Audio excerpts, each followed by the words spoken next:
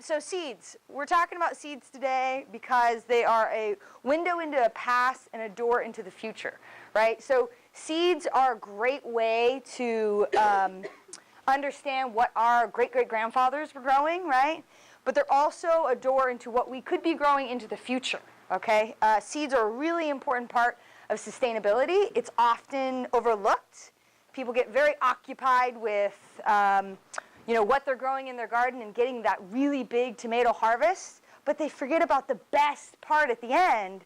It's saving those seeds of that really good crop that you got so that you have those seeds for future planting seasons. All right.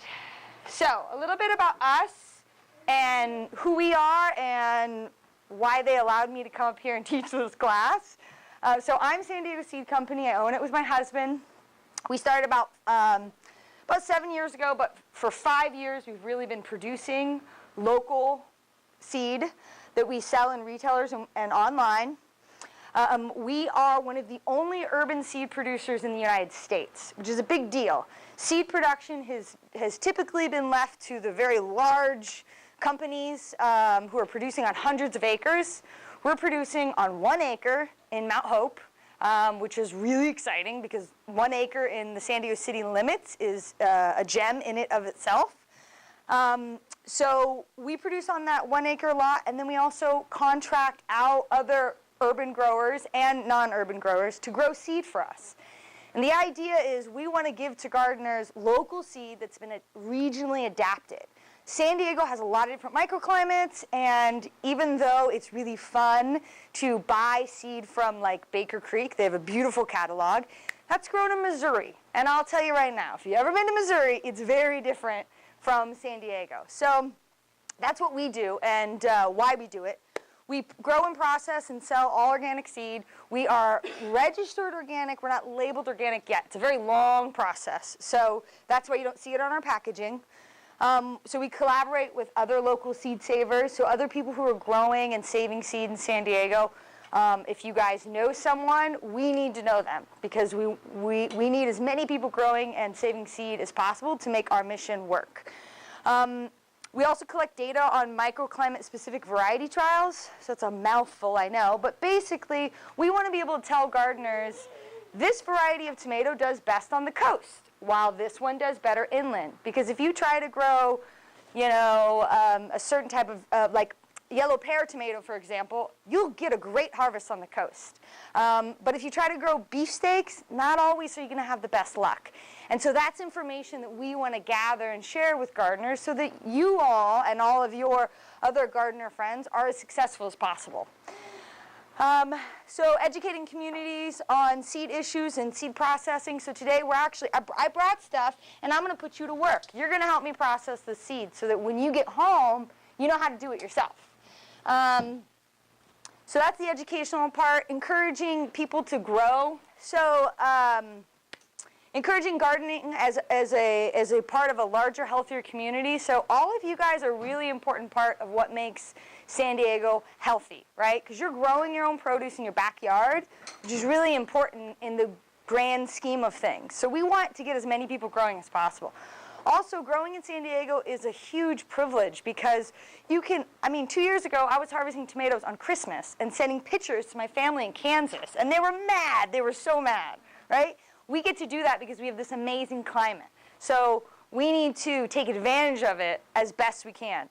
And lastly, what we want to do is represent just one of the very many examples of a successful urban farm. So the reason why we produce on an urban farm versus maybe going out somewhere and purchasing land to produce on is that we believe that everybody should be able to have the chance to grow, and we want to be an example of how you can do it in an urban space. Very few people have the privilege of buying a 5-acre farm in, Vista or what have you. A lot of people have to grow in an urban space because they have jobs, they have family, they have whatever restraints that keep them in an urban area. Well, that shouldn't stop you from growing very successfully and having a very bountiful garden that you get to share with your community members. So that's a little bit about us. So I want to talk about why seeds matter so much. So yes, you can go to the nursery and you can buy these amazing starts, and that's fantastic. But seeds are an important part of sustainability. And there's kind of two balls on here I've got, and of what we always think of. And what gets forgotten a lot is this regionally adapted seed variety. So people are always talking about organic food production methods. So how do you produce your food so that it's organic? What methods are you doing to make it safer for the environment, safer for you to consume? And that's all good and well. That's a very important part of the sustainability circle. And then there's also sustainable land and resource management. That's important too. How are you trying to save water? How are you trying to reuse water? How are you trying to utilize the land around you in a sustainable manner? That's all very important. But for any region to be, come on in, don't be scared. Find a seat anywhere. We've got some seats. I think you can squeeze between those two. So the other part of it is the regionally adapted seed variety. So a lot of times we forget about this because, can we just, yeah, there you go, perfect. We forget about this because we're so busy thinking about all of these other things that are very important, but we need gardeners here to be able to have access to a large amount of seed varieties that are available to them that have been regionally adapted. And take 2 years ago, for example. You guys want some extra chairs? There you go, grab some extra ones here. There you go. You guys can sit here too if need be. I'll move these here. And there's chairs back there. The more the merrier. Here, you set one right there if you want. As long as I don't bump into you. Do you guys need some seats, chairs back there? No? We can also have people squeeze back there if need be. All right. So anyways, the regionally adapted seed varieties, so that's important because we want gardeners to have varieties that are adapted to our microclimates. And with the record drought that we faced, it is absolutely more evident than ever that we need as many varieties as possible as we continue to see environmental changes. Yes, we got a lot of rain last year, which was amazing. Are we going to get that again? We don't know. And we have to be ready and have varieties that we can grow that are dry farm, that are drought tolerant, that are resistant to pests that we haven't even faced yet. And we do that by having people save seeds, by having you guys collectively safeguard the data of these genetics, basically. So I know that's a lot. We'll keep moving, and I can answer any questions afterwards. So why seed matters as a whole? Hopefully that was somewhat clear. Why local seed production matters is there's so many reasons. I could do 30 slides on just that, but I pared it down to one slide. So increasing diversity. So we need as many varieties of tomatoes that grow really well in the different microclimates of San Diego as possible. And that goes for every area of the world, really. But why we're doing it here is because we need to increase those amount of varieties that are grown here, right? So also with heirloom varieties, if the seed is not saved, it's lost forever. So for example, your grandpa Jim had a corn seed and he only had a little tiny jar left and it got destroyed in a house fire. Well, Uncle Jim's corn seed or bean seed or whatever, those genetics are gone forever if there's not other seed available somewhere. So that's why we have things like seed banks that are so astronomically important, is because they safeguard those seeds that could otherwise go extinct. It's just like an animal, right? We have animals all the time that unfortunately go extinct because they're not reproducing. So if you guys are not growing and saving seed, there are possibly varieties that are going to go extinct. Research has shown the amount we've lost a huge amount of plant genetics since the 1960s because not as many people are saving seeds. Now that has changed. Now we're on the upshift, right? Because you're all here on a Saturday spending time with me to learn about seeds. So it is changing for the better, which we're super excited about. So not to reiterate too much, but creating regionally adapted seed varieties, creating a flow of fresh local seeds. So like these seeds here, for example, we're going to process them today, and they'll go into packaging, and they'll go into a store this week, okay? That is as fresh as it gets. Whereas really large seed companies may be creating seed lots that are tons and tons and tons. By the time they get into the packaging, could be a little bit older. So it's creating fresh local seed source, just like we create fresh local produce sources, right? So there's economic, there's cultural, and there's social benefits of local seed production. So economic is when people are producing something locally, you will be able to get your hands on it a little bit easier. It's not coming from as far, so there's not as much impact on the environment. The cultural benefits is you get to share that information. I mean, I have hollyhocks that my grandma grew, and she's no longer here, but I have those hollyhocks. And when I get to share them with someone, I'm like, oh, these are my grandma's hollyhocks. They're the only pink and green variety I've ever seen. You know, it's something to share. And amongst gardeners, it can be really fun, and warning, it can be very addictive. So just don't say I didn't tell you so. And the social benefits of being able to have local seeds here that we are easily able to donate to school gardens, to community gardens, to anybody who wants to grow. So education, obviously that's what we're doing today. You guys are all learning about this fascinating topic of seed saving. Let's see. Okay, so a little bit about the seed industry. And now I'm not here to talk about politics. We're going to keep all of that aside. I'm only here to tell you information, and you guys do with it what you will. So the seed industry is a relatively new industry, only about 150 years ago, which when you think of like, you know, the mill industry or, you know, the logging industry has been around way longer than that. So it's a relatively new industry. In the 1850s, the United States government did this really amazing thing where they decided, you know what, if we want people to move west, if we want the United States to grow, they have to be able to grow food. How are they going to be able to grow food if they don't have seeds? So they started distributing seeds to Americans all over. You got as many free seeds as you wanted. And the idea was they wanted people to move, make new farms, feed more people. You had to have seed to go west to start a farm in Arizona. And when you did that, there was economic benefits for everybody around you because then maybe more people started growing there. You had more kids because you had more food to feed them, right? So seeds was this really important part of American growth. So that happened in the 1950s. It is a small but very important part of what helped with Manifest Destiny, with people moving across the West.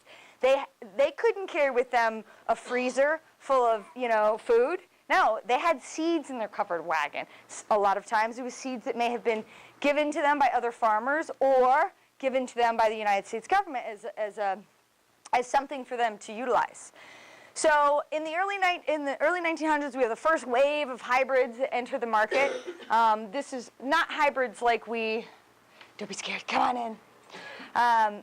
These are some of the very first hybrids. So these are not necessarily as researched and as, they're still bordering on heirlooms, and that's a whole nother conversation. But so it's the first wave of this action of taking two different plants that would naturally cross in nature and making a new baby with it, right? So in 1924, the seed company representatives, they wised up to this whole thing, right? They're like, wait a minute, how are we trying to run an industry when the United States is just giving seeds away? Like, why would they buy our seeds if you could just go to the U.S. Patent Office and just get a pound of free bean seeds? That doesn't make any sense. So, like all good things that come with capitalism, they lobbied and they decided to put an end to this process of just giving away free seeds. They cited that it was unfair competition, which kind of makes sense, kind of not, but again, another class.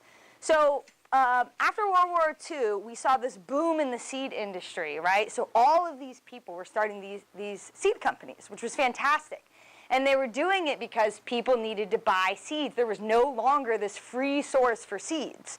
So it just boomed. You had all these amazing seed companies that popped up during post-World War II. In 1960, that begins the start of of the consolidation of seed companies. So basically what happened was these very smart businessmen decided, you know what, if I start buying these little seed companies, then I will have all of their varieties that they've been creating, and I will be able to put them in my catalog, and I'll be able to sell them. So seed companies start disappearing. They also start disappearing because what happened in the 1950s and the 1960s? Freeze-dried foods came about. Grocery stores were really amazing. People didn't want to garden anymore. They wanted to go to the store, get their canned beans or corn. They didn't want to grow it anymore. So it was a multitude of factors that led the decline of the seed industry. But then something really incredible happened. On June 16th in 1980, the Supreme Court ruled that that an individual could patent genetics. So before it was, yeah, you could own a pig, you could own a tomato plant. Well, now they decided you could own the genetics that you created specifically in that pig or tomato plant. This is kind of what started the snowball effect, which would turn into genetically modified organisms later. So after that happened, again, very smart businessmen wised up and said, oh, well, if we can do that, well, if we start buying up these seed companies, creating new varieties with them, we'll own it. And if the more we own, the more people have to buy from us. Again, I wish I was as smart as they were. I'm not. But they made a huge business out of it, buying up little tiny seed companies. And between, I forget the exact number, but it's something crazy, like between 1980 and 2000, some like 70% of small seed companies were bought up, bought out. You know, they were taken out of the market, basically. What is so incredible about this is an unprecedented shift from public to private company, or from public to private industry. So all of a sudden, what once was something that was publicly owned now became privately owned. And they become privately owned in just a few multinational companies. We've never seen this before in any other industry, in wood, in gas, and now maybe that's changed a little bit recently, but this was a big change for the American people and for people all over the world in what was theirs and what was company owned, basically. So now, I know this is all doom and gloom, so here's some bright, cheery pictures to cheer you up. These are incredible. These are old seed company packets. I mean, look at them. They're artwork. They're just incredible. Now to bring it back down again, a little bit sad. So here is just a quick little infographic to show you the companies that own the majority of other seed companies. And you can see each size, each circle represents their market share in the world, okay? So you can see Monsanto owns a crazy amount of seed companies, all these little subsidiaries off of them and so on and so forth. So this is not necessarily a bad thing. Again, I'm not here to talk about politics, but it is a little scary in that we as gardeners, we're losing sources for seed, right? And I don't know about you, but when I flip through a seed catalog and I see 20 pages of tomatoes, I'm in heaven, okay? Well, we need to keep that going. And it's not just seed companies, it's each and every one of you that's growing and saving seeds that will help make that happen. So here's another little graphic kind of show you. So Monsanto owns over 40% of the corn market share in the world, the whole world. So that's incredible, I would say. So have no fear, okay? There is a rebirth of the seed industry that's happening, and it's happening, for example, with us. We're a tiny little seed company in San Diego. You know, we're a little flea on the map of other seed companies, but we are making it work because people are wanting to buy local seeds. So what kind of triggered that is the GMO controversy of the 1990s and the 2000s started this rebirth of seed companies, and the seed industry is now being grown and fed by urban growers. So as more people start urban farms, as more people start doing community gardens and growing in their backyard and caring about where their food comes from, they're going to start buying more seeds. And so this industry is going to come back to life. So big applause for all of you guys. You're a very important part of why I get to stand here today, okay? So here's some cool seed companies. I mean, there's millions out there, but these are just some that people recognize that have really been game changers. So now that we've talked about the history, why we're here, why we're talking about this, now we can get into the nitty-gritty. This is where you guys all need to take notes because it gets overwhelming. So seed terms, right? So these are terms that people talk about a lot with seeds, and they can get very confusing at times. Not a big deal. It's a lot of information. I have pared it down to one slide. So again, this is not the all-end be-all of seed terms, but it's the information that I think you guys will walk away here best knowing. So when you see the word conventional, okay, that's just a wastebasket term that people stick on seeds when they are categorized as non-hybrid. You'll see conventional seeds when you shop at big box stores like Home Depot or Walmart. Their seeds will say conventional seeds. It's kind of a way of them just saying, they're seeds. They're not hybrid, they're not heirloom, they're not organic, and they're seeds in a packet and you can buy them and half of them may sprout, half of them may not. Not that conventional is bad, but it is just this kind of generic term. Heirloom is a really important term, okay? And it is one of the most intriguing terms in the seed industry because everybody has their own definition for it. What I describe as heirloom, not necessarily what Seed Savers Exchange categorizes as heirlooms, or vice versa. The best way to think of it is just like your grandpa has his heirloom watch that he passes down from you. An heirloom is a variety that has been passed down through people, through farmers, through communities, through seed companies perhaps. They have changed slightly over time through natural mutation, but they have some historical significance, or a lot of times seed companies, or I think Wikipedia says, like, if it's before World War II, which I don't really think is necessarily the best term. So the idea is it's just a seed that has been saved by lots of people for a very long period of time. You're making a face like there's a typo. Okay. You've already disqualified me. I have? So I think of heirloom as something that if you plant the seed from the fruit, that you will have the same fruit that you did from the parent. Is that Yes, as long as there's no cross-pollination. right? Because there might be some natural things. Yeah, that so happen. It's not guaranteed, but maybe there's a that's a very good point. So heirlooms, and I often overlook this because I do this all the time and it's just in my head, but heirlooms are one of the easiest things to save seeds from. So that's what we're going to be talking about. That's what I want you guys to save seeds from because they're the easiest to get started when you're on your seed saving journey. So open pollinated is a term that refers to anything that is pollinated openly in nature, and that can be by wind, that can be by insect. So like squash, for example, when a little bee goes to one squash flower and then to another, that is insect pollinated. Or corn with wind, right, with the tassels. So that's what open pollinated means. Open pollinated, heirloom plants, heirloom seeds are not always open pollinated, and all open pollinated plants are not always heirloom. So it's a kind of a confusing thing. These are just ways in which you can categorize seeds. So hybrid is the first step in artificial pollination. I love this example because I feel like it just hits the nail on the head. So it's like a mule, right? So you have a donkey and you have a horse. They make a baby. You get a mule. Now, I don't know how readily in nature, I don't know much about farm animals, but I don't know how readily a donkey and a horse make a mule. But I think there has to be some coaxing involved, maybe. I don't know. So that is what happens in hybridization. So you have perhaps two types of squash that wouldn't necessarily, in nature, cross very steadily. So you go in there with a little paintbrush, or you take out the male part and you put it in the female part, and you do it time and time and time and time again until you get a baby, a seed that will produce the cross of those two parents. So essentially the mule, right? Which is a mule, jackass? That's a donkey. I don't know. Okay. There are some people that are jackasses. Yes. Duly noted. Maybe one of them is me, because I didn't know. Anyways, so what's up?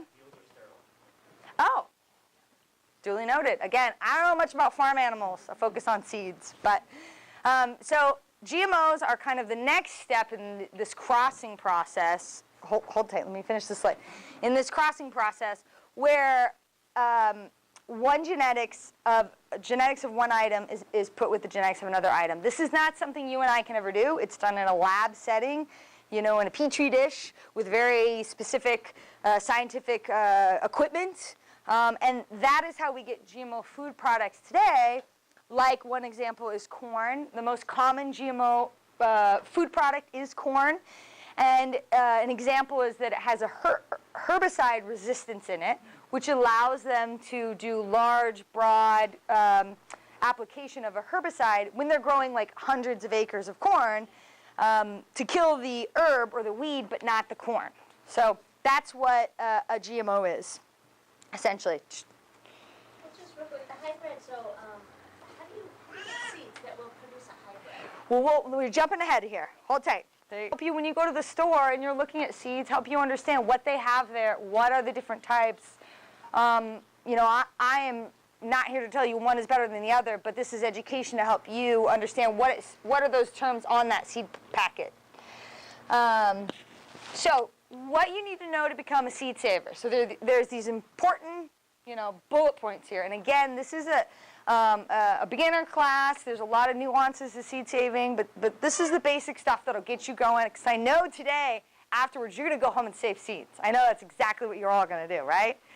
So cross-pollination is when two plants cross-pollinate. It's not necessarily a bad thing, but it is what happens and what will change the seed, the baby, right? So if you want the exact tomato that you're growing, you need to make sure there is no cross-pollination, which I'll go into that much more in depth on later slides. So population sizes are important, right? Just like in animals, in when you're breeding like show bunny rabbits, you have to have a big genetic pool. They can't be inbreeding within themselves. You will get weak plants. So there is a recommended population size for each plant. And there's all kinds of tables online that you can find the data that will show you. I will let you know, though, a lot of times when you look up seed-saving information, they'll say, oh, well, you need, 500 tomato plants or something like that. That's baloney. Okay, you don't necessarily need 500 seed plants. How is any urban grower going to grow 500 seed or 500 tomato plants to get seed? But you always want to save from as many plants as possible. That's because, again, you're gathering as much genetic data from all of these plants to try to prevent inbreeding. And again, some plants you don't need as many. Some you need quite a few. It depends, and that's a more advanced seed-saving class.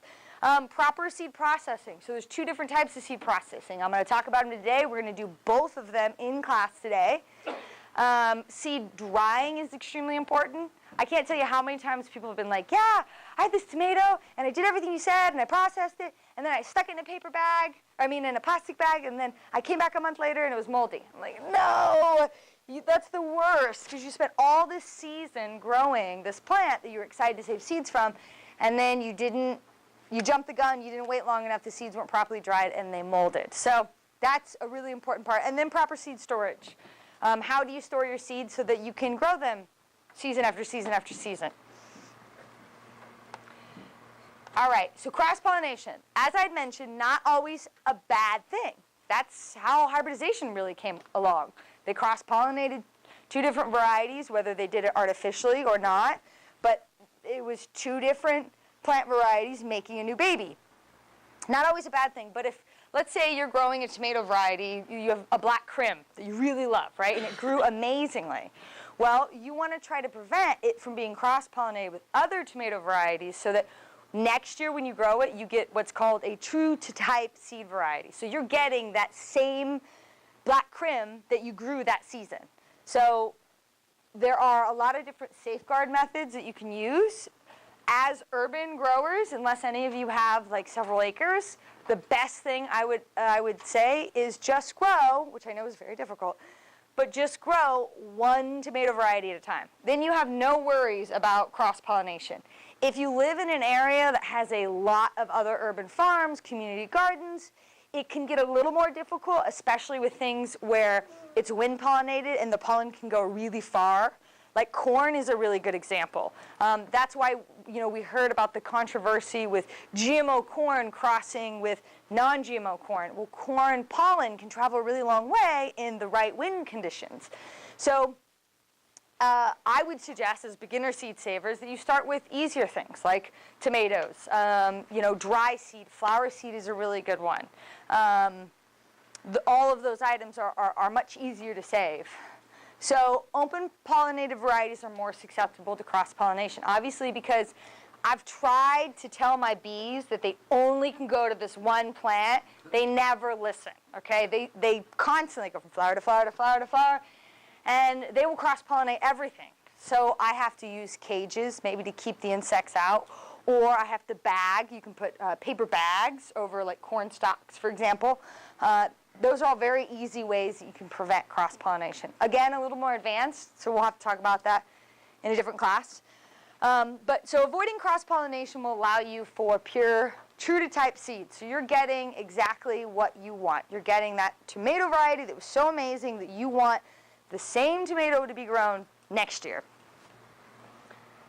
Okay, so types of pollination processes. So you have monoecious species. And like the name refers, mono, meaning one. So on one plant, you have both the male and the female part. And really, I debated last night at like 2 o'clock in the morning whether I should take the slide out because it's a little more advanced. But it's good information to know, and at least in gardening circles, you can drop the term monoecious and sound really cool, okay? So, and then you have dioecious. So that is when species have grown, have one plant has a male and one plant has a female. So two. So in Latin, it actually means two houses. So you house one has the male, house two has the female, right? Spinach is a good example.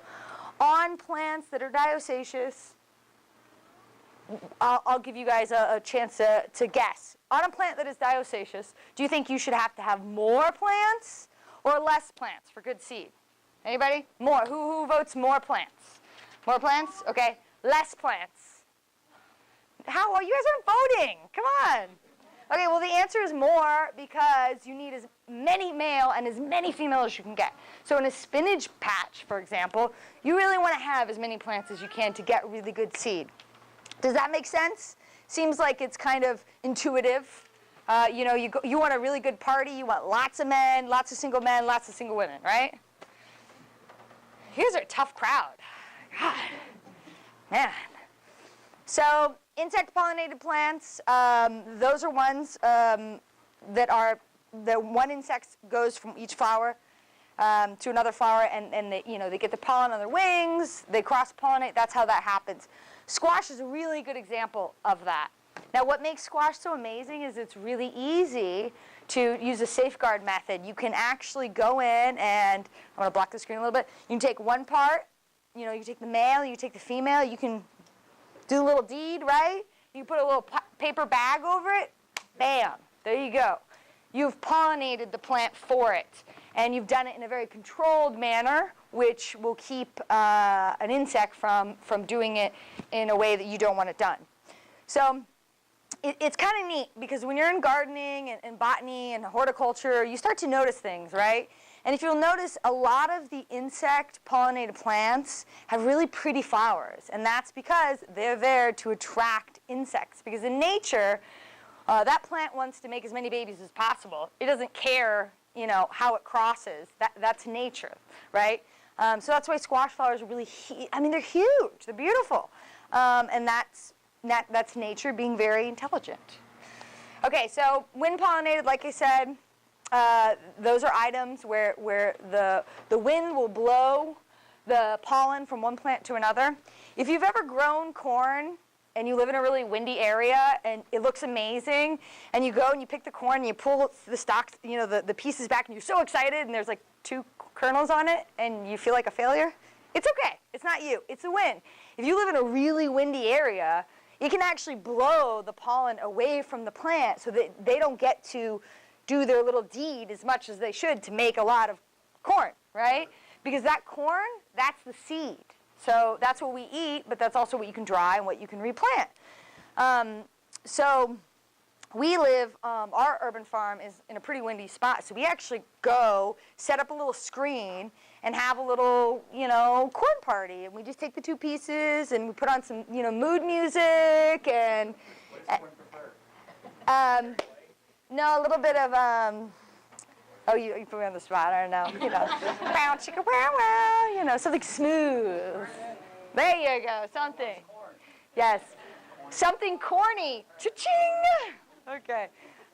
Anyways, we have to do that because the wind is just too much in our particular location. So artificial pollination, like I had talked about, that's taking the male part and the female part. And on squash, it's great because it's pretty easy to tell.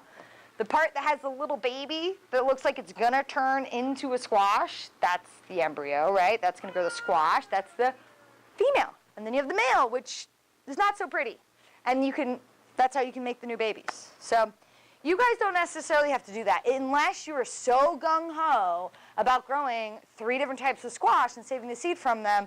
Then you need to look into more advanced processes. But chances are, if you guys have normal urban spacing, that you can grow 1 really good butternut squash variety and save the seeds from it. That is what I would recommend. I would recommend doing that for a few seasons until you get comfortable enough, and then we can have an advanced class, and then you guys can really learn how to get funky with seed saving. So, good checklist for seed saving. These are things to remember when you're saving seeds. So, is the seed pure, right? So, have you used the proper safeguard methods to make sure you're getting pure seeds? And that could be as simple as looking around your garden and going, okay, did I grow 1 variety of corn? Maybe peeking over the neighbor's fence. Are they growing corn? That can be one safeguard method. Or distance. There are proper isolation distances for seed varieties. And it could be most of them are pretty lengthy, which makes it difficult. But like what we do as the seed company is we have micro plots all over the city. And so, we'll go to our farm in North Park and go, okay, you're going to be growing golden beets. And then myself at Mount Hope, I'm going to be growing early wonder beets. That is plenty far enough to keep them from cross-pollinating. You also, if you have a lot of time, money, and energy, which if you do, come on over and help me, you can build cages that keep insects out. I don't necessarily recommend that. It gets really costly. It's very, it's cumbersome. I recommend just growing 1 variety of what you're really looking for at a time. And each season, you can pick 1 thing that you're really excited about. Maybe last year you had a really good amaranth seed that you liked, for example. Well, then you can say, okay, this year I'm going to dedicate this little area to saving seed from it. And I guarantee you will have enough seed for the rest of your life. So that's another thing about seed saving is, you're saving the seeds, you have them, you're lessening your dependency on outside sources to get your seeds, which is not a good business plan for me, but it's okay. You guys have those seeds and get to use them and hopefully pass them on, and that's really what we want. So ensuring a large enough genetic pool, so again, making sure there's not inbreeding.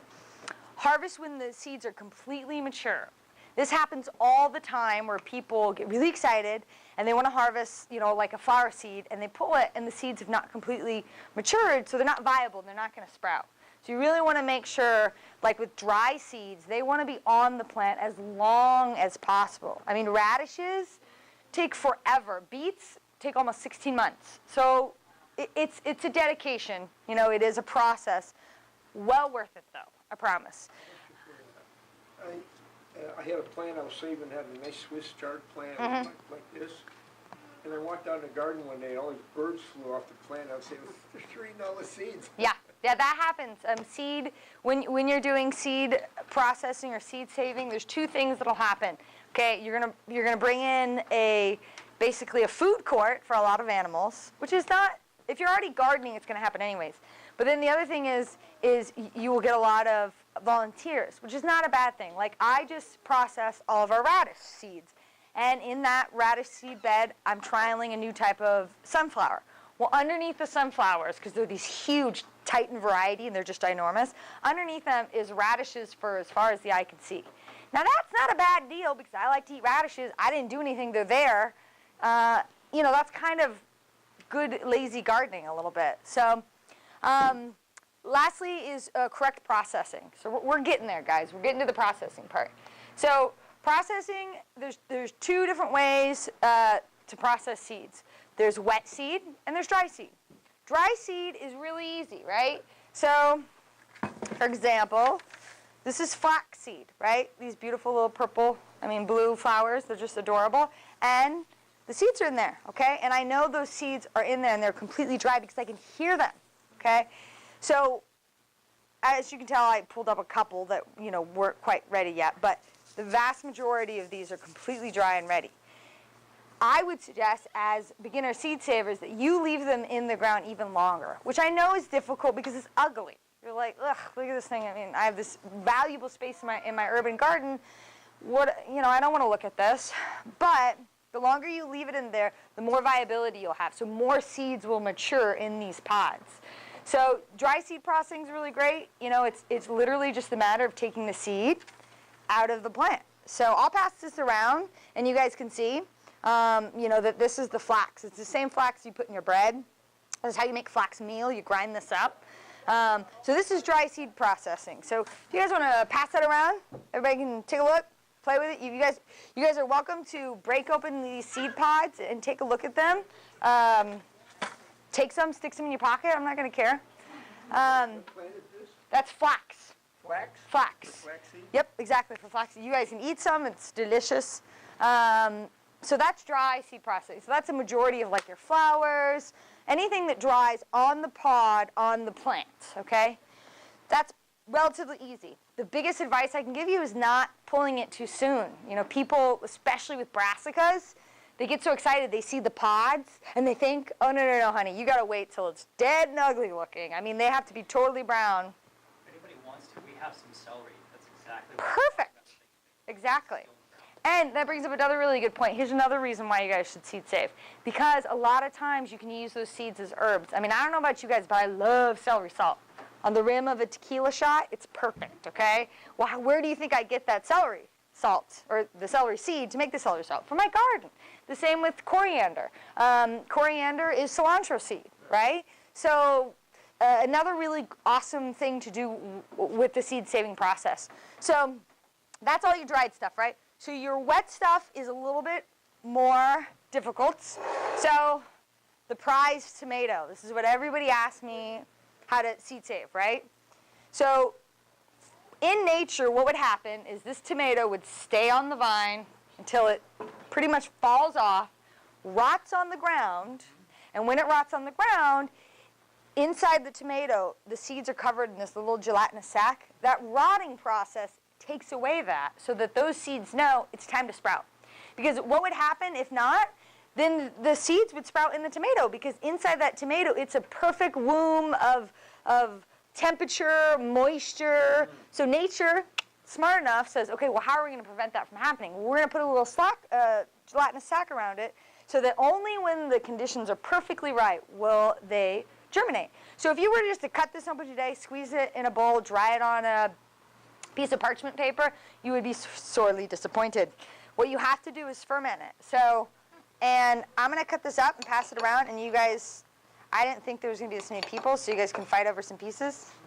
But you can eat a piece, and you can also, look at the seeds. I know you guys know exactly what I'm talking about, but it's always nice to see it, while we're talking about the class. So what you would do is, when you have really big beef steaks, what's nice about those is when I do my seed processing, I save the rest of the tomato to make tomato sauce, to make whatever. You don't have to destroy the whole plant, per se, to get the seeds. So if you see right here, you got this beautiful seed sack. So I actually just, takes a little bit longer, but I cut it out like that. So I have all my seeds contained right there. That goes into a bowl. And that is what gets fermented. So it has to sit. So I'll pass this around. Whoever wants one can enjoy one. It has to sit in a bowl, right? I put cheesecloth on top to keep insects from getting in there. And it has to ferment for up to 72 hours. There has to be a very thick layer of disgusting, stinky mold on top, okay? that you're mimicking what happens in nature. The tomato falls on the ground, it gets all stinky, it molds. If you don't do that, you won't get as good of germination rates. So with the water, okay, it's very important if you put water, and this is where seed saving gets a little gray. People will argue with what you should do or not do. My recommendation is if you're doing 10 tomatoes or more, I would qualify as kind of a lot for an urban grower, you can put in a teaspoon of water. That's only to get the fermentation process started. But if you're only doing maybe 3 or 4 tomatoes, the water that is naturally in the tomato will make it rot. And the reason why I say this is what people do is they add too much water. It takes too long for the fermentation process to happen, and then you get bad seed. So that's part of what makes it fun. You will have to experiment. But again, if you're processing a lot of tomatoes, a little tiny bit of water just to kickstart that process. But if you think about it in nature, a lot of times here in San Diego, we don't get rain, so it falls on the ground and it rots without any extra moisture. So if you put, the word of caution being, if you put too much water, it will retard the mold process, and then it will take too long and you will not get good seed. So I've got some tomatoes, they're dried out, they're about a year old. Now, you didn't do anything to them. Are they still any good? Are you talking about tomato seeds? Yeah. Well, here's a cool thing about tomato seeds. And again, bad business on my part, but seeds last for a really long time, okay? It's crazy. I don't know why. It's just part of the industry. Well, I know why.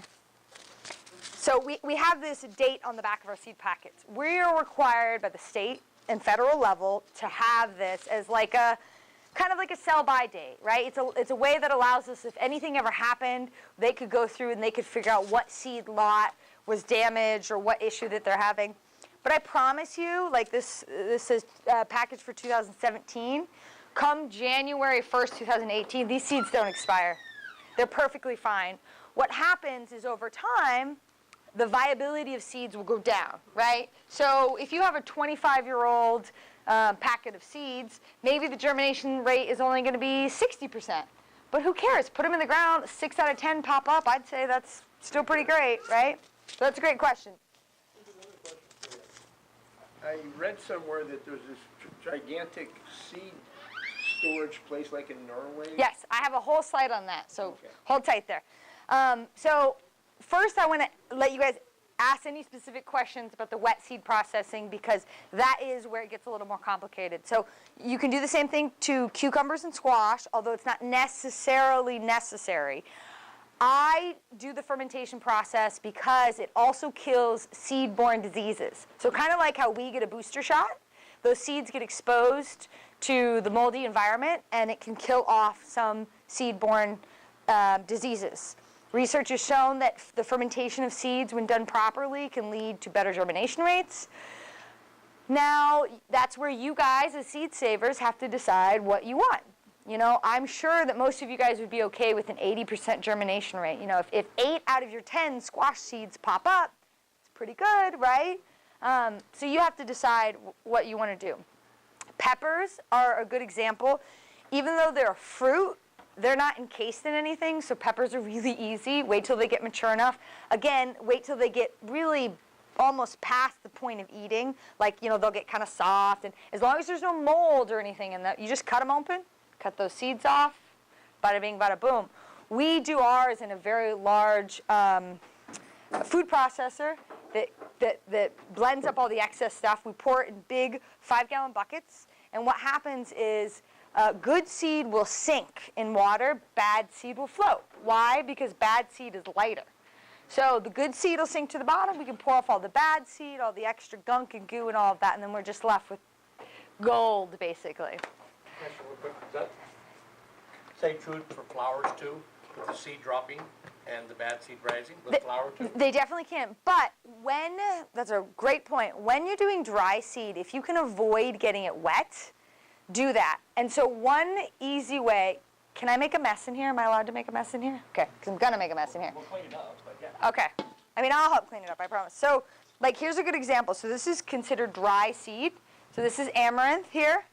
And can you hear all that seed falling off, right? So we've got all this seed and a few spiders in here too. No big deal. Let's just. These are the seeds you can plant? Yeah, these are the seeds you can plant. So amaranth is, like a grain. You know, you see it in chips and oh yeah, I'm making a mess. You can eat it in chips. You can do all kinds of stuff with it. But so, to answer your question, long of the short is, so I have in here good seed. I have chaff. I have all this other junk. And what you can do with seed is you can air process, or what's called winnowing. So you can do it in front of a box fan. You can put a box fan on low, and when you drop the seed, the heavier seed will hit the ground. The bad stuff will blow off. Or, in my attempt to not make a huge mess, you can do it the old school way and literally just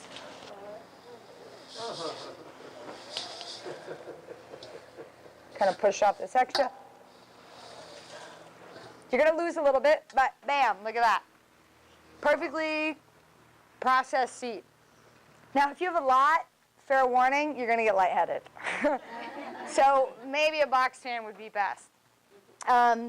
It's really fun because you can play with the settings, and what's really interesting is we actually really just got a grant to get some farm seed processing equipment, so we're not always doing it by hand. Woo! Super exciting! Let go. But the technology for seed processing equipment has not changed since the 1800s. It's the exact same thing. It's basically wind that's hitting the seed, that's blowing off the bad stuff, the good stuff, and gravity is pulling the good seed down. There's some set of screens that kind of move, that take off sticks and spiders and whatever that's in there. But it's the exact same technology. It hasn't changed because there's been no need. That is what works. So, long or the short, did that answer it? Okay, cool. That are attached to like really feathery wax, so that doing the winnowing isn't going to work. Really light seeds, the best with really light seeds like lettuce seeds or anything that are seeds that travel by wind is to do it by that blowing method, because you can control the air that comes out. You know what I mean? So, maybe I said that. It's attached to this willowy stuff. I actually have some here, but it's not separated. You'll have to show me the stuff so I can get a better idea, but you always want to separate the seed from everything that it's attached to so that you just get the seed. Like butterfly bush, for example, it's got those little fuzzy things that helps it fly around. It can just be a matter of, you can roll it on a screen and the seeds will detach from that feathery stuff, and then the feathery stuff is really light, right? That can blow off. Or you can sift it with a sifter. Like we have at our farm probably 10 different size screens, from very little gauge up to very big gauge when we're doing like fava beans, for example. So you can use a lot of kitchen stuff, like the strainer that you use for pasta. That works really great for a lot of seeds. You have to be inventive. You have to, figure out what's going to work best for you. You want to pass that to me? Go ahead. You said something about the peppers and making sure they're not moldy and that kind of thing. Do you ever let peppers iron dry on the plant? You totally can. Okay. And what you want, you can take the peppers off and you can put them in a dehydrator on low, and the seeds that you have in there are going to be perfectly viable. As long as you do it on low. That's the same as our ancestors used to make.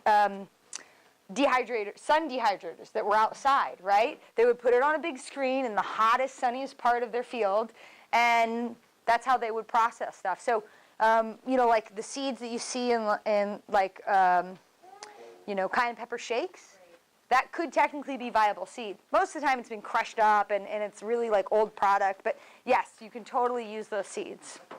What I actually do when I'm doing a lot of seed processing is I'll cut out all the seeds that I'm going to save, right? And those get saved. And then I dehydrate the rest of the peppers to make pepper shake and what have you. Because what am I going to do with, 500 habaneros? I only can eat one. So, question? Yeah, in regards to wet seed, after you let it ferment for 72 hours, what is your next? So next process for that is you want to rinse off all that gunk. So I'll get to this, I promise. What you do is you put it in some type of strainer. I really like using those like pasta strainers, and you can use a hose, and you can literally just spray out all the extra gunk, and you'll just be left with seeds, okay?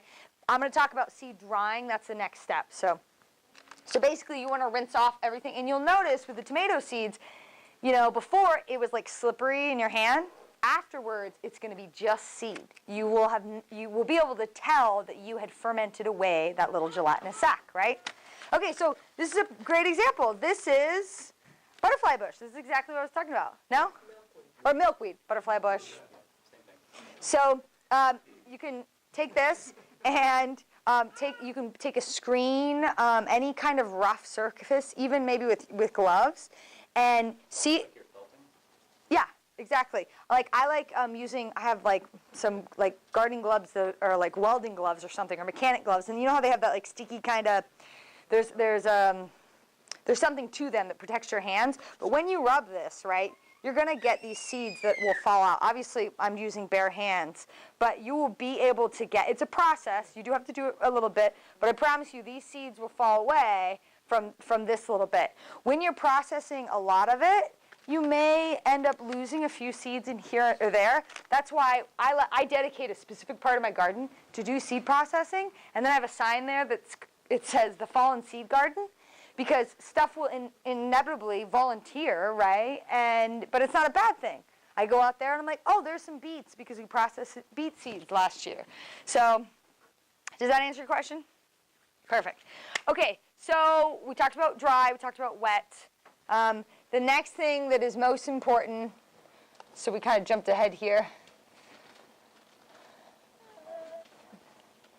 So we talked about winnowing, right? So that's an air process. Threshing, that's what, you know, when you take grain, you're hitting it against something to knock those seed particles off. That's what threshing is. Sifting, you know, which that says shifting, so I get a free seed packet because I caught one of my own errors. Can you speak about whole beans and peas? I spend so much time separating beans out of the shells. Why is that a bad thing? That's why I don't have TV, so that's what I do. I love it. Yeah, it just takes time. Yes, it does take time. So, While you talk about that, could you go back to the last slide while you talk? oh yes. You know, I have a big box of seeds, whole bean seeds or peas or flowering peas or Okay, something. if they're really strong seeds, like with radish seeds, when you try to take radish seeds out of the pod, it'll drive you nuts. So I put it on a tarp, I put another tarp on top of it, and I run over it in my car. You have to be inventive, people. I mean, that's what being a farmer or a gardener is about. It's using your ingenuity. I mean, how are we going to figure out how to do this if we don't have the proper equipment? My husband came out and was like, really? Like, and I'm just, but it was great. It probably saved me 3 hours of time. They're good, aren't they? So with beans, bean seeds, as long as, like I wouldn't use like an F-250, like I have a little lightweight van, that would be a really good way to do it. What you also can do is coax your friends over with some fine whiskey or something. Sit around the table. Well, no, you can put down one tarp, put the other tarp on top, and do, you know, like, what's her name? I Love Lucy. And you can get on there and you can just, and I promise it'll break them out. And then that's an easy way after that. You can sift away. Peas you have to be a little bit careful with because they're not as strong, so you could crush them. Probably not, you're not, you know, really large person, but yeah, but maybe a vehicle wouldn't be good for peas. So again, being inventive, you know, using your ingenuity to figure out what is the best way to do it. Mark, you bring the bourbon, I'll bring the liver. See? Look, easy peasy. So this is the core of what we're talking about. So I really want to open up the floor to questions as far as with seed processing. Who's got questions? What have I not been clear about?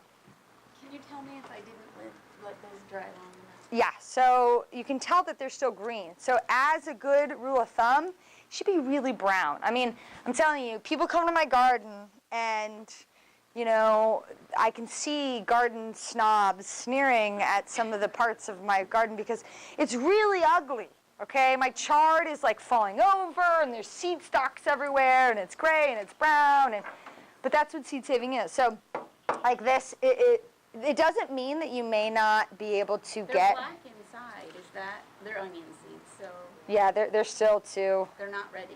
I mean, you might be able to, but onion seed should really fall away very easily. So, and as a good rule of thumb, you know, if it falls away really easily, well, it's ready. You know, it's just like, you know, this is not a good example because my poor girlfriend just got induced, but the baby will come when the baby's ready, right? Apparently that doesn't really happen though. So. Does the onion rattle like the flax? Yeah, exactly. You can hear it rattle. Well, I wonder Smells- because some of them are all dried up. And that's the thing too with seed processing.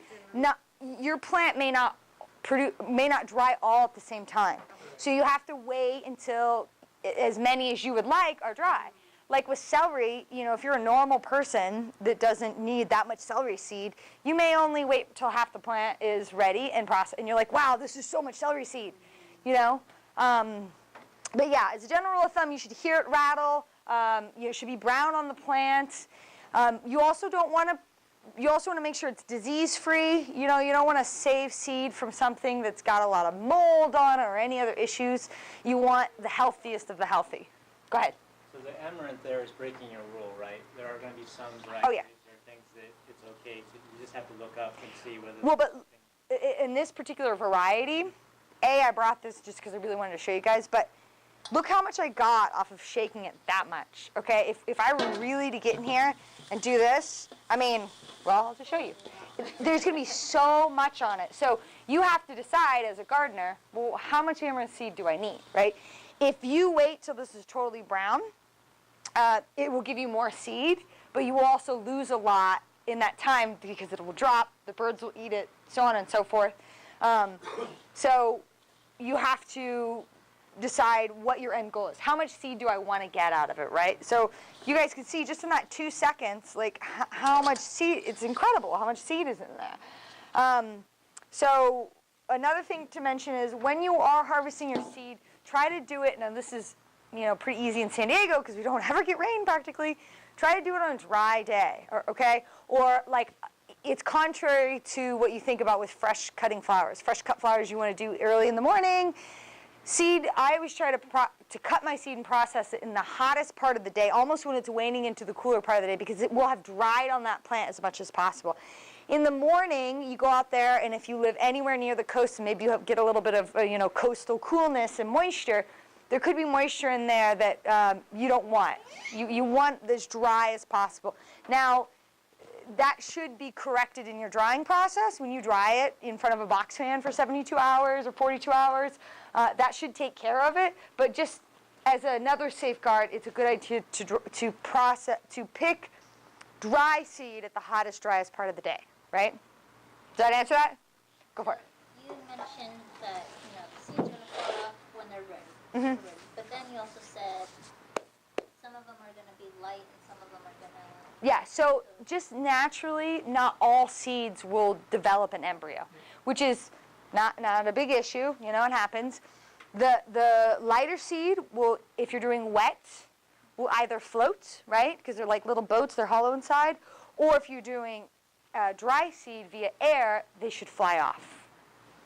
Can we talk about seed-saving hybrids and specifically F1s? I'm sorry? F1s. Well, so Is that it's a little advanced, but I'll touch base on it. So when you see F1, right, that means first generation.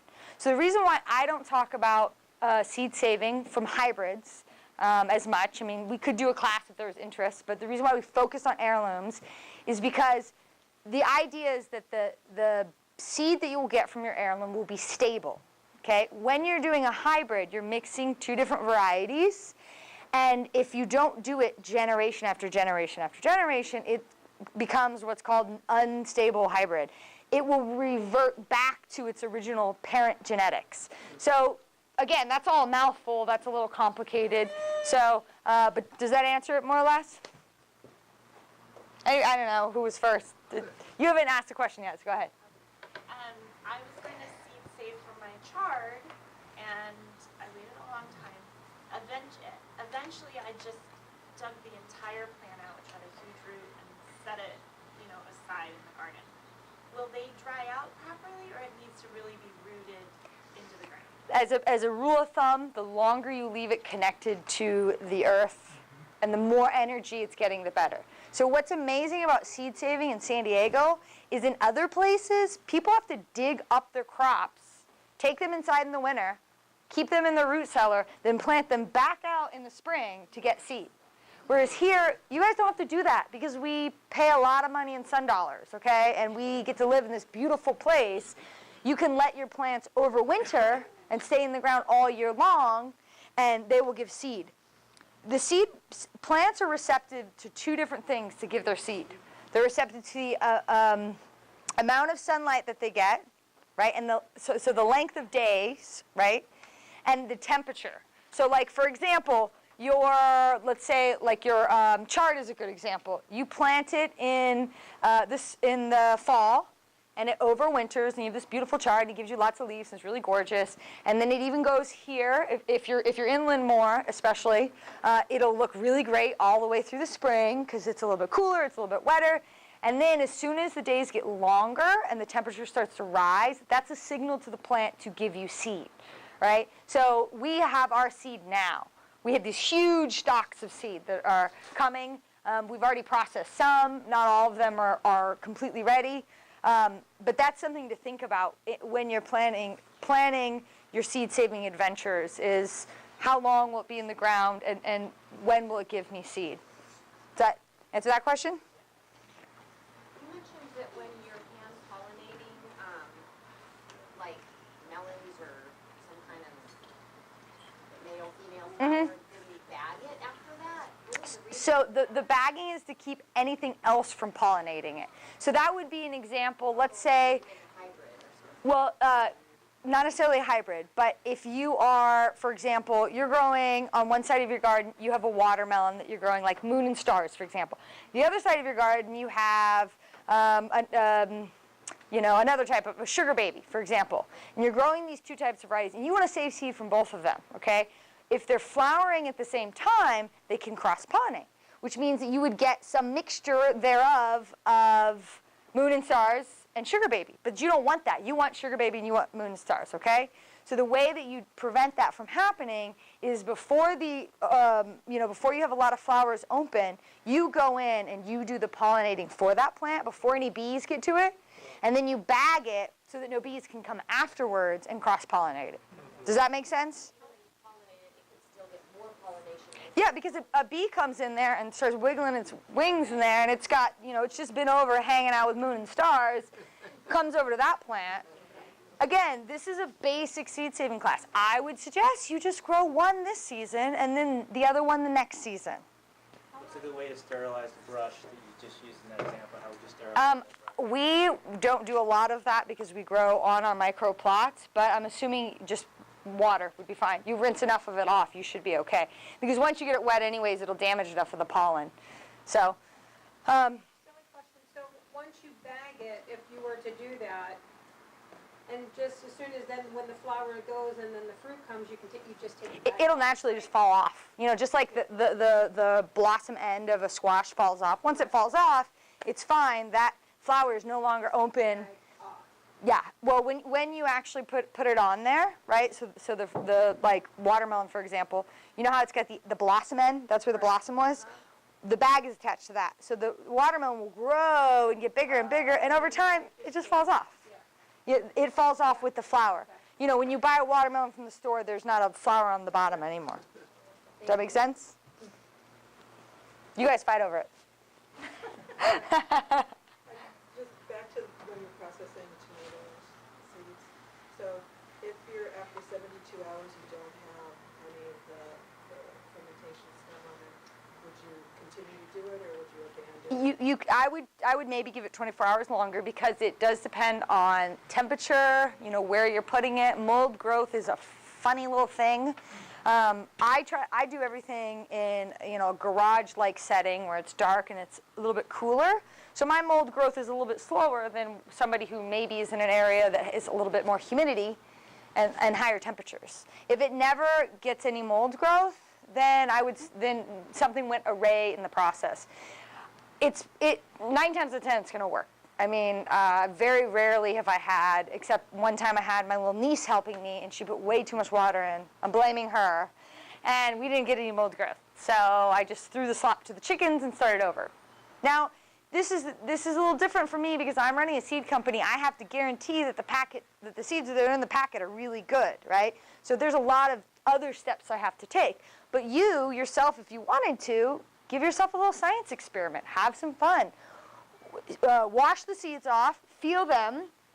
Did that little like gelatinous sac come off? Don't eat this, I've been touching it. You know, did that little gooey gelatinous sac come off? And if it did, then they might be okay and you can try to grow them out the next year. But again, you're missing a vital part of it in that you're not getting that kind of, the seeds aren't getting that booster shot of exposure to all those fungi and, you know. I mean, think about all the things that we've learned in the last 5 years about good bacteria in our stomach, you know, and all the good bacteria that lies in compost. So there is something about that process that is inherently really important to get very strong seeds. More questions? Go ahead. So I learned about hybridization when my compost pile grew pickling cucumbers from an English cucumber. So if I were wanting to harvest seeds from an English cucumber to grow an English cucumber, how would you how would I? How would So you want an English cucumber? Well, so a hybrid. I mean, a lot of people, I think, when I talked about hybrids, a lot of people don't know what that means. They think that every seed that you plant from anything is going to produce from the parent. So a hybrid, so all of you guys are clear, a hybrid is when a new plant is created and the genetics have been stabilized. So that means you can guarantee that when you plant that, you know, better boy hybrid or what have you, that next year you'll get a better boy hybrid. That happens when a breeder has been doing it generation after generation after generation after generation, which means, you know, season after season after season after season. So like when that first year, you may get a English pickling cucumber mix, but if you were to save the seeds and do it again, I'll guarantee you $100 is not going to be, it'll revert back to one of its parent lines. So it'll be either an English cucumber or a pickling cucumber. Does that make sense?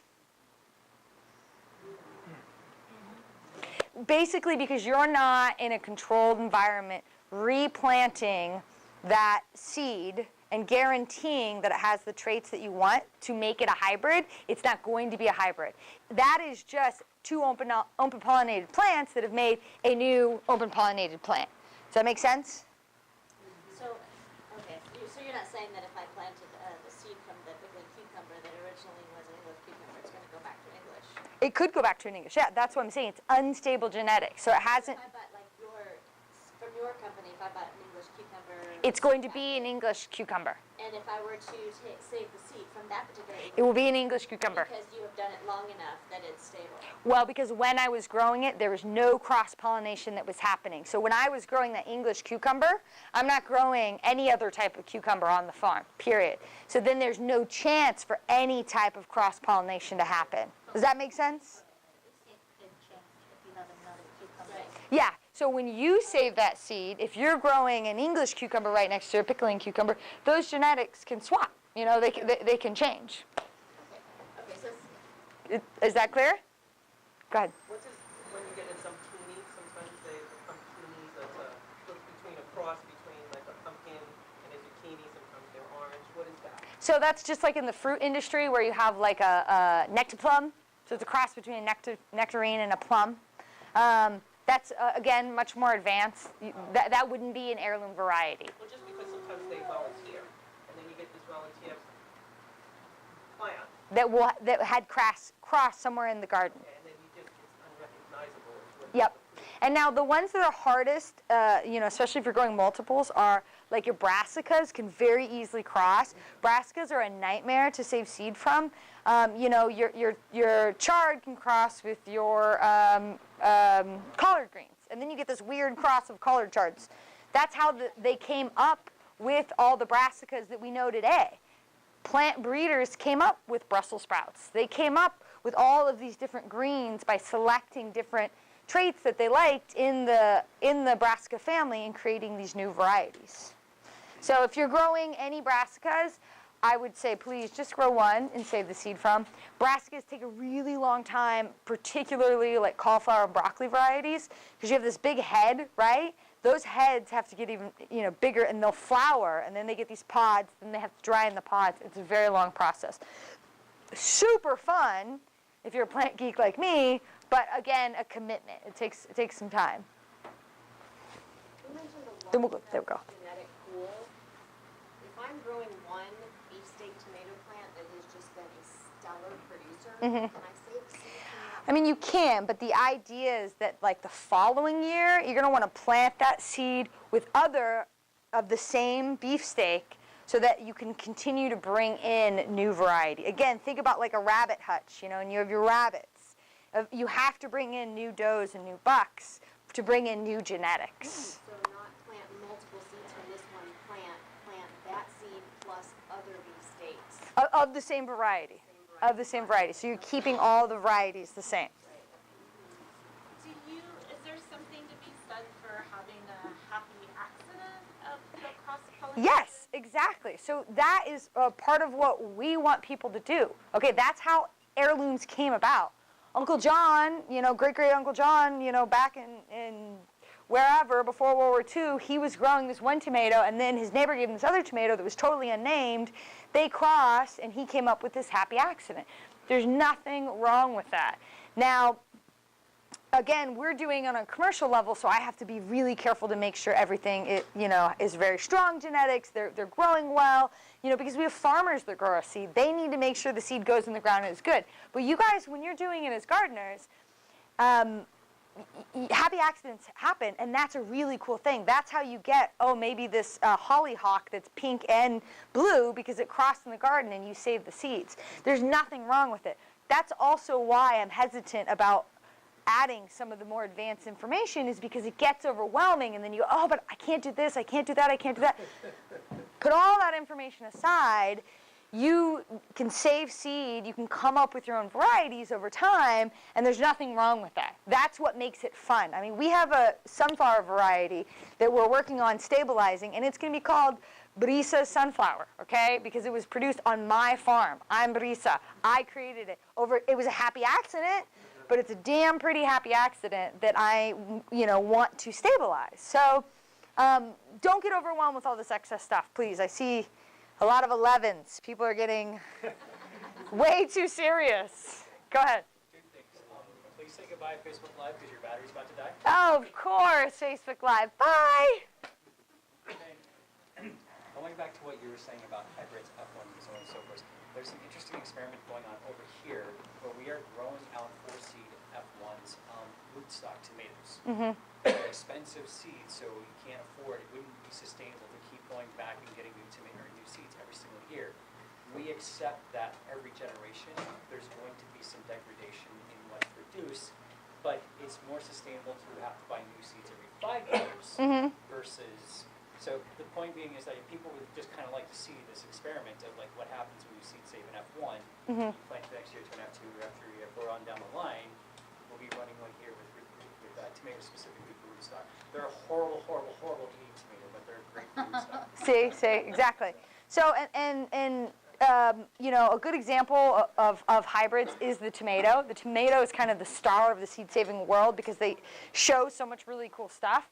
So, you know how you get a tomato in the store and there's no flavor, it's perfectly round and beautiful and like it's just absolutely incredibly looking, but you cut it open and there's not even really any juice inside and it's not really tasty.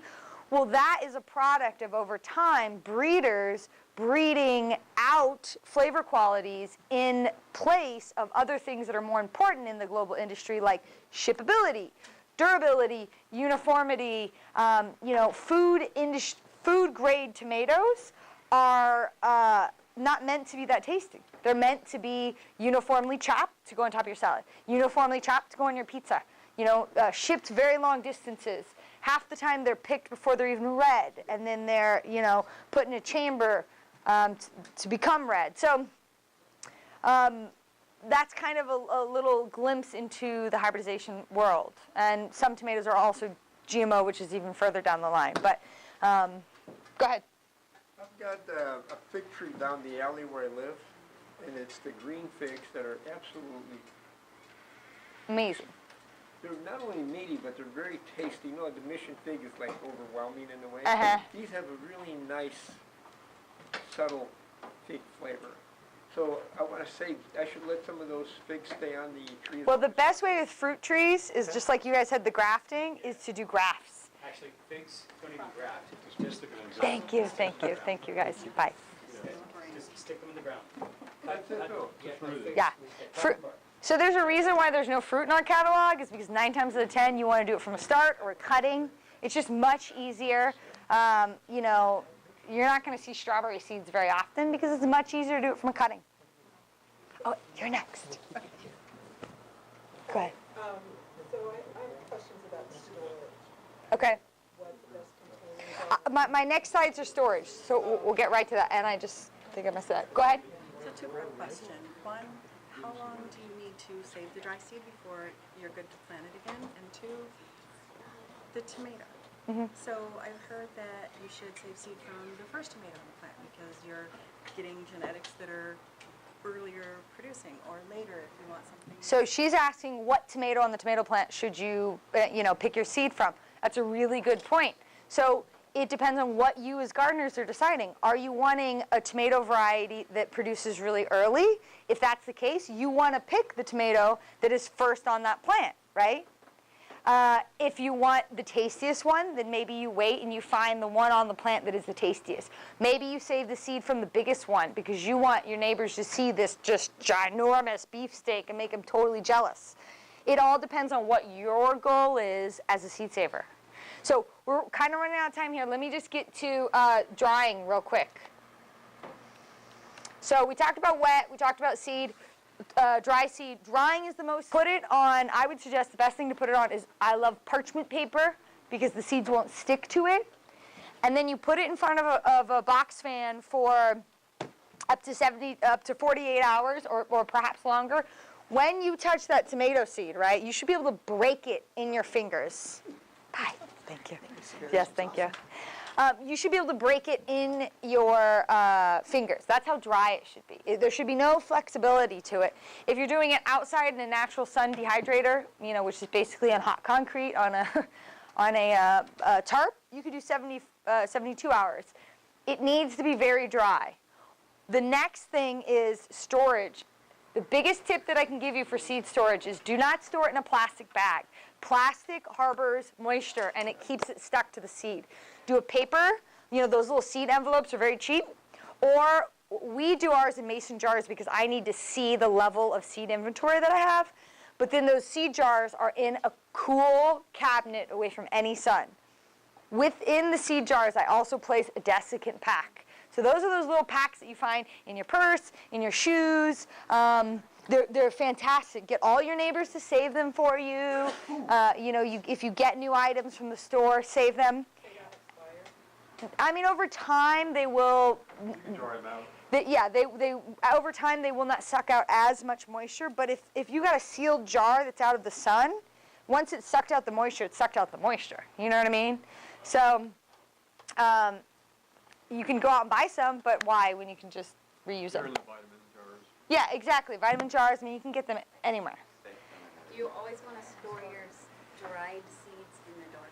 They always want to be in the dark. You really want to keep them out of the sun. Yeah, would be best. Like your sock drawer is a really good place, and anywhere that you keep that you can keep it dry and cool, away from any moisture. Go ahead. So a vine-ripe tomato is the best seed, or can you pick it earlier? You want it to get almost to the point where it falls off the ground and rots, because that tomato will have spent, those seeds inside will have spent as much time attached to the tomato, getting nutrients, creating the seed. I mean, think of it a lot just like humans, a baby that's premature, maybe that baby's going to have a little bit harder time adjusting. You really want the seeds to spend as much time on the plant maturing as possible. That's okay. And then how long can you usually store seeds? So viability of seeds depends on variety. For example, onion seeds don't last that long. They really only last like maybe 3 to 4 years. Again, every year the germination rate on them, the viability on them, decreases a little bit. But that doesn't mean that if you have onion seeds that are 2 years old, you should just throw them out. You should just know that maybe you're only going to get 70% germination rate out of those onion seeds, not 90. They have found tomato seeds. I'm talking about so much about tomatoes. They have found seeds in the tombs of mummies that they have sprouted before. Seeds are an amazing thing, and that's why the first slide said, you know, they're a window to the past and a door to the future. Seeds can show us so much about what was grown all these years ago. And so, you know, that's kind of a fun thing that you guys get to be a part of now. You grow a type of tomato, you save it, you save those seeds. Your kids end up eating that seeds, they end up saving it, you know, and maybe your kid in, you know, 30 years will be standing up here talking about your hollyhocks, like I talk about my grandma's. That's what is amazing about seeds. So I do want to mention, you had brought up the seed bank, which I guess I forgot to put the slide on there, but that's a really important thing that's really cool. So another reason why seed saving is so important is because in this time of turmoil and stuff and, you know, crazy global things that are going on, we've had a huge amount of seed banks that have been destroyed. In Afghanistan in particular, there's a lot of seed banks that have been destroyed, blown up, right? So all those seeds that are inside are now gone.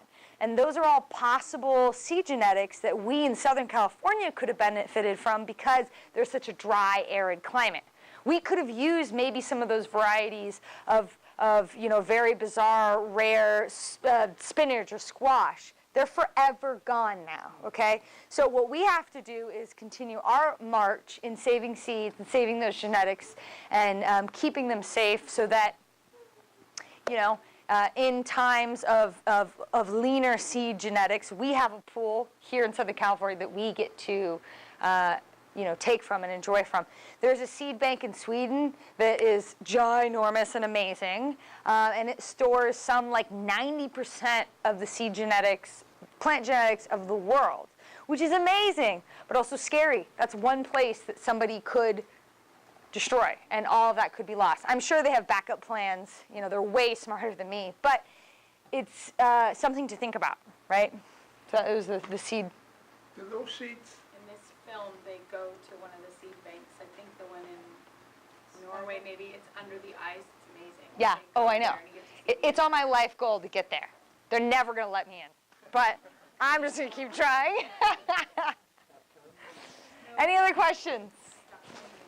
After you saved your seed, how long before you can replant it? Immediately, as long as they're completely dried. I mean, really, they don't even necessarily have to be completely dry. Think about a tomato when it rots on the ground. It's going to sprout as soon as the conditions are right. The drying process is more about storage. If you're going to store them, they really need to be completely dry so that you don't get mold growth and destroy them. Go on. So to dry them, you said maybe on the concrete, maybe out in the sun. I'm thinking the birds, but I'm also thinking if I've got glass, would that fry them though? If I put glass? The only thing about glass I worry about would be it's holding moisture down on it. Well, I was thinking if it was elevated, so like if I had Yeah. concrete, parchment, seeds. That's exactly how you do like a sun dehydrator. You know, it's a piece of plexiglass. As long as wind can get in there. Okay, those need wind as well. I mean, it needs some air movement, right? It can't be stagnant air that's sitting moisture on top. Luckily, you know, we... If it gets too hot, I'm thinking, you know, the little ants that you put, you know. Well, when you do it in a dehydrator, it's going to get like to 120, and they'll be okay. So, as long as it's not over 120. Yeah, you were saying low. Yeah, on low. Yeah, definitely on low. Solar dehydrator, so. You know, put a thermometer in there, and if you're under 120, you should be okay. I have one that just, you push the button and then you decide how many hours you want it to run for. About how many hours would do it? A dehydrator is going to go a little bit faster than a box fan. So if you need a box fan for like 48 hours, I would try it 24. And then again, it's just that checking and seeing, are the seeds breakable? You know, do they feel really dry? The desiccant pack is another safe hold that you use in case maybe you pulled them a little bit too soon. Well, then you have that desiccant pack in there to pull out any last moisture. And again, this is for really long-term storage. If you guys are planting and storing for, you know, you just need to store it for a season, it doesn't have to be such a scientific process. You know, as long as they're dry, they don't have any mold growth, you should be okay. But if you're anything like me, when you start putting all this energy into it, you're really going to want to make sure at the end that you do the last steps correctly so that it's all not for nothing. So, go ahead. Can you overdry? You definitely can. If you do it too long, especially with like squash seeds, you know, then you get pepitas. If you really do it too long. But you know what? That's not the worst thing. Yeah. You know, I can think of way worse things that can happen to you. So yes, you can overdry, and that's why I give that 48-hour kind of, you know, realm for you to figure it out. Now, if you're going to go right back outside and plant them, if they're not 100% completely dry, that's okay. Again, it's for the storage that it really matters because you're putting it in a jar, you're sealing it up, you're sticking it in a shelf for 5 years until you remember that you put it there, and then you go back and you don't want to find it all moldy. Go ahead.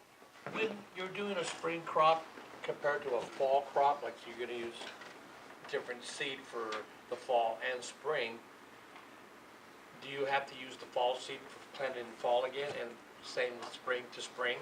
Or can you use the fall for spring? Are you talking about the same varieties, like the Yes, exact yes, same thing? Exactly, yeah, If you are planting the exact same item, it doesn't, I guess, shoot that by me again. I don't really understand the question. Okay, say like we're going to do a fall crop, beets, parsnips, carrots. Okay. Do you have to grow them again in the fall again? Oh. They've been grown in the fall? So that was what I was saying earlier is I'm in other places, when, like in Kansas, for example, we have really bad winters, so we have to dig up our parsnips, go put them into the root cellar, bring them back out in the spring, replant them, and then they give our seeds. Here in San Diego, well, and actually if you live out here, parsnips are really hard to grow, but your plants will overwinter. You can leave them in the ground. Like our beets will stay in the ground for 16 months. You know, so I will plant them in the fall, and I will plant a big long row. I will go through when they're bulbed. I'll go through and I'll look at them and I'll pull out any ones that are rogue, any ones that have characteristics that I don't like, or maybe coloring that I don't, or maybe maybe there's pest damage. I pull out all the weaklings, just like you thin with seeds. You pull all those out.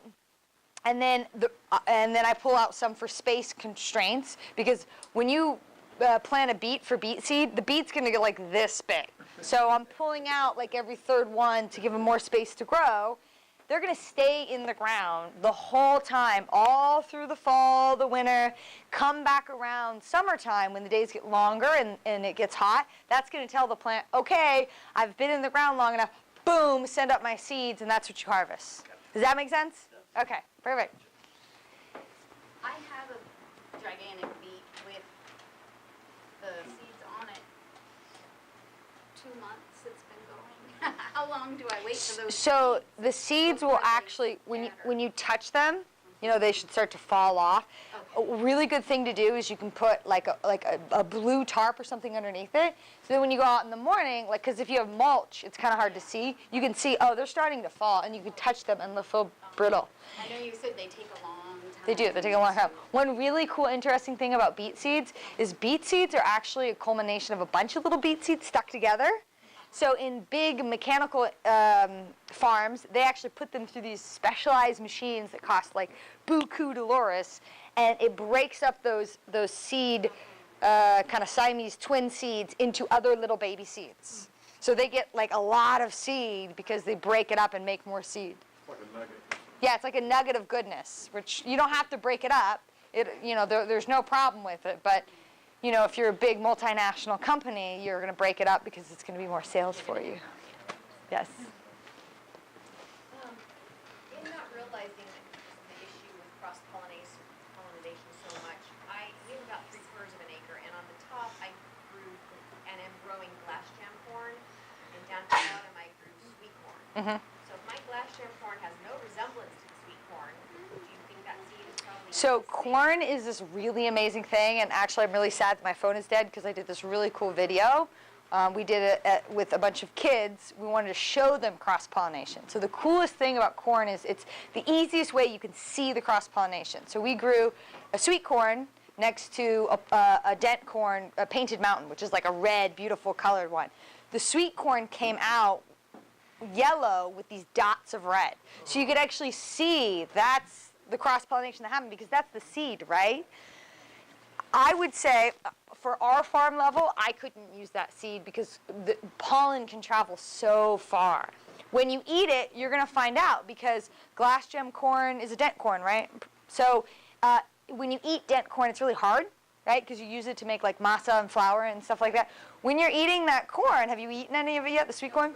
Oh, the sweet corn? Yeah. Yeah, the sweet corn was all great. It was all great. There was never any bits that you had that were like, oh, that's a little bit harder than the other. Then maybe it ended up working out for you because what will happen is you can actually, you will get some ears of corn that will have the dent corn quality on them. So it won't be that watery, sweet deliciousness like normal. It'll be much thicker, still tasty, don't get me wrong, but that's the evidence in the cross-pollination. Anybody else? Questions? Have you heard of a corn called honey and pearl? No, but it sounds like I need to. It's very, it's one of the sweetest corns I've ever had. Is it an heirloom? I don't know, Sam the gardener was growing it over at the Optimal Health Institute. Okay, I'll have to check it out. He's long gone and the plants are gone. But you might be able to find it somewhere. Seed Savers Exchange is a cool company you can find lots of seeds at. Does it help to keep your seeds in an airtight container in a refrigerator? Okay, you can do that. That's a good idea. If you're trying to save seeds for 20, 30 years or something like that, I tell people to steer clear away from that for two reasons. One, my freezer is for stuff I want to eat, not storage. Two, it's really hard to guarantee that you're not getting any moisture in there. A freezer, even though it's a cold condition, it is a really wet condition. You're going to have just as much luck storing it, at the bottom of your closet, in a box, in a jar with desiccant in it. You will have no problem with that. So I don't think it's worth the hassle of putting it in a freezer. Does that make sense? Yeah, we were using the vegetable crisper, Mhm. the refrigerator part, which I think is supposed to continue to. Oh, wait, I do have the little desiccant. you're putting it in the fridge? Yeah. Oh, fridge, I mean, you can, but there's going to be a lot of moisture in there. And I mean, my fridge, there's so little space, I don't even let my husband put his beer in it. So, it just goes at the bottom of the, that's one way to do it. I wouldn't recommend it. I think the possibilities of moisture getting in there somehow isn't worth the hassle of storing it in the fridge when you can easily store it anywhere in the house where it's dark and cool. So it's any drawer, any closets, anywhere. Perfectly fine. When you say cool, is there like a temperature threshold you want to stay away from? Like if we don't have an air conditioner. The same like a root cellar, but that's ideal conditions. Like 75? Anywhere in your house that you're comfortable sitting is cool enough for seeds. You know what I mean? I guarantee none of you guys let your house get up to 95 degrees, right? Yeah. Yes. Okay, all right. I'm sorry. Any cool part, that's why lower to the ground is better, right? Because heat rises, and you don't want to put it right in front of the AC unit. So, and again, that's why the drying process is the most important. Because if it's a really dry product, the temperature changes won't matter as much. So, any other questions? I came in late. Do you have any business cards? You know what? I am ridiculous. I forgot business cards, but I have something better. I brought, if anybody's interested in buying seeds, I have a bunch of seeds here. They're all arranged, and you guys can take a look at them. What are you planting now? Are you planting anything now? So we're lucky enough. I'm a little closer inland than you guys are out here. So I can get away with I'm doing my second round of squash for seed saving right now. Yeah, I'm very lucky. You guys, being that it's a little bit warmer, may not be able to necessarily do that. He would be able to answer really well what you guys can do in this area. This is a funny part of the year because we're ending the warm season, We should be, after October when the Santa Anas are done, we should be cooling down. And so it's this weird period where in other parts of the United States, you're slowing down your warm season, you're gearing up for cool season.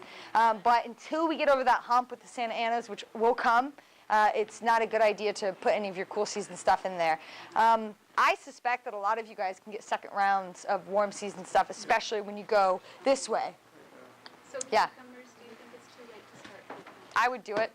I mean, it's gonna be warm enough. I just put in my second round of cucumbers, and they're perfectly fine. I did my second round of watermelon, which we don't actually get as good of watermelon because I'm closer to the coast. You know, I don't get that really good heat. You guys can get way sweeter melons because that heat can help condense the sugar. You can get better okra than I can. Do you go right into the ground, or do you I start do. your seeds in? Well, we have planted beds that are in the ground, but we do seed starts for this reason and this reason only, for water restrictions. It is a heck of a lot easier to keep a little 6-pack wet than it is to keep a 50-row, you know, a 50-foot row bed wet. Right. So we do almost everything in starts. I mean, I even start some of my root crops, which people say, you know, they don't like to be disturbed, but they're fine.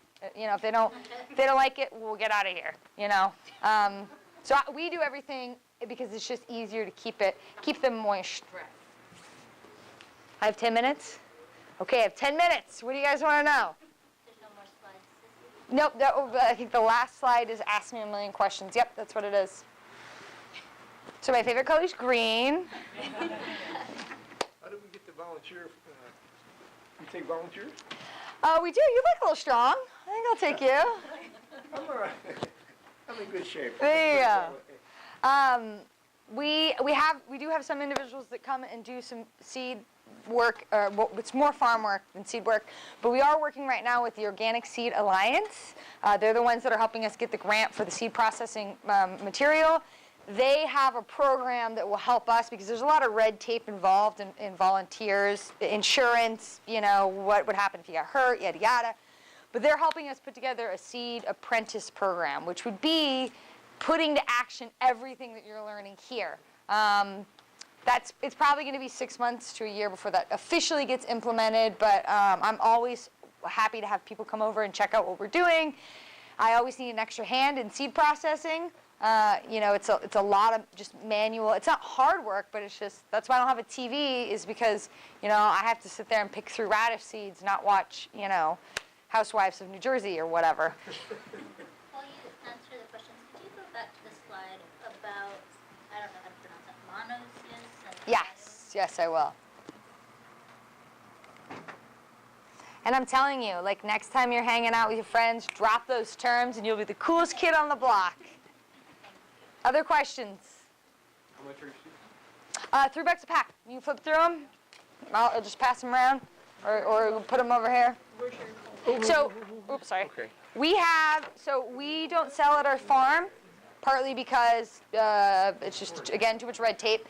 But we sell everything at City Farmers, Walter Anderson's Poway, Walter Anderson's San Diego, Coastal Sage Gardening, Summer's Past.